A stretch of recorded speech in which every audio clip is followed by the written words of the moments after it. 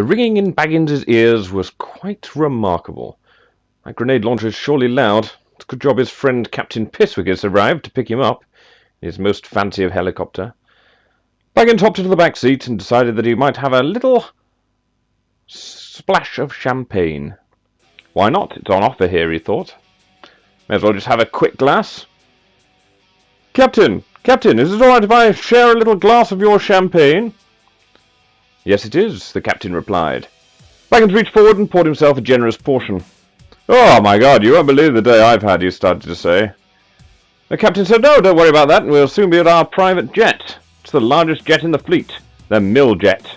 Excellent, Baggins thought, as he next down a nice bottle, or should I say glass of champagne, placing it back on the mahogany champagne shelf. Somehow, some sort of special sticky surface that allows neither the glass nor the bottle to move in any direction, regardless of rotation of the helicopter blades. They arrived at the airport. The captain was straight into the jet, and Baggins hopped in behind him, to the side, acting as co-pilot on this particular trip.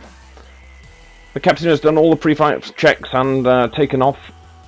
Unfortunately, it wasn't very long before he was reporting a problem with the left rear jet engine. Baggins started to panic at this stage. He was a little unsure as to how he would fare in a plane crash.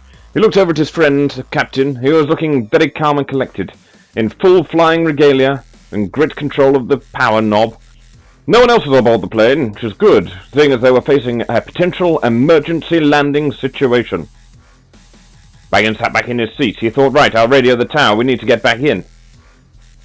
Hello, tower. This is Miljet 1. Assistant Captain Baggins speaking. Permission to land.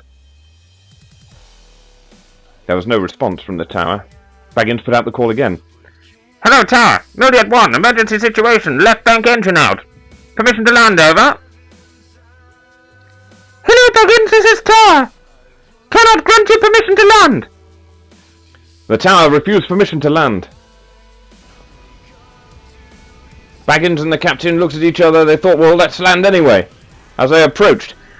Hello, this is Tower, Miljet 1. Do not land. Do not land. We've got a carnival on the runway. They pulled up swiftly.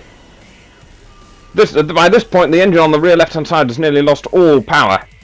The captain is struggling with the stick as Baggins sits totally motionless. He's no experience flying a Miljet. In fact, he doesn't even own one. They're far too expensive. They soar up into the sky, knowing that they've got a problem with the left bank engine.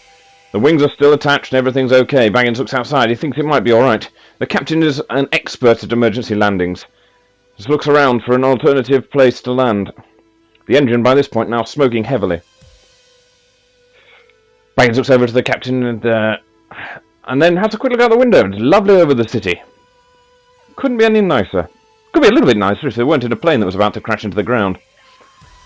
By this point, we've given up on the airport.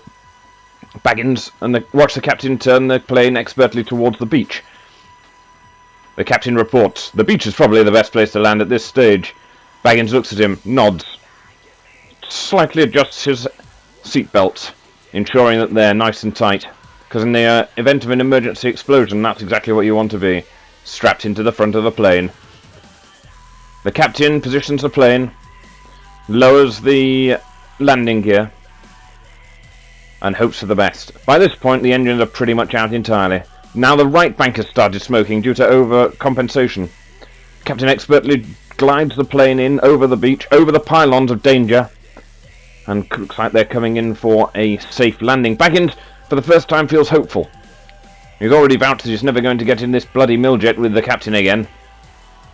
The captain lands the plane. Watch out for those people on the beach. They're quite surprised. Campfires of danger. Baggins looks over to the captain, cool and calm, like nothing's ever happened. He's still got hold of the knob. Baggins is the first to jump out. He hops out, golden gun in hand.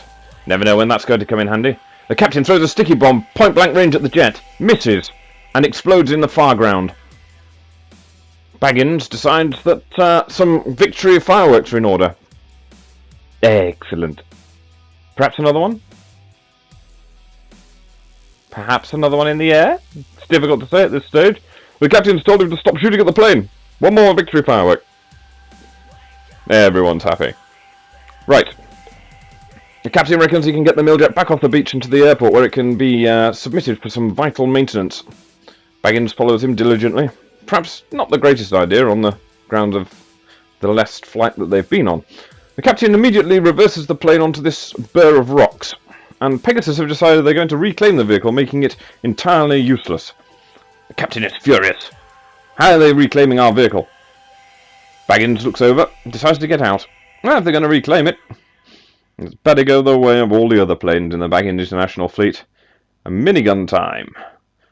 The captain expertly throws a sticky bomb off of one of the side doors and into the passenger cabin, and the minigun does its job. Baggins feels much happier now. I wonder what the next day will bring. I wonder. Thanks for watching this Baggins International video. Check out for some more. Bye.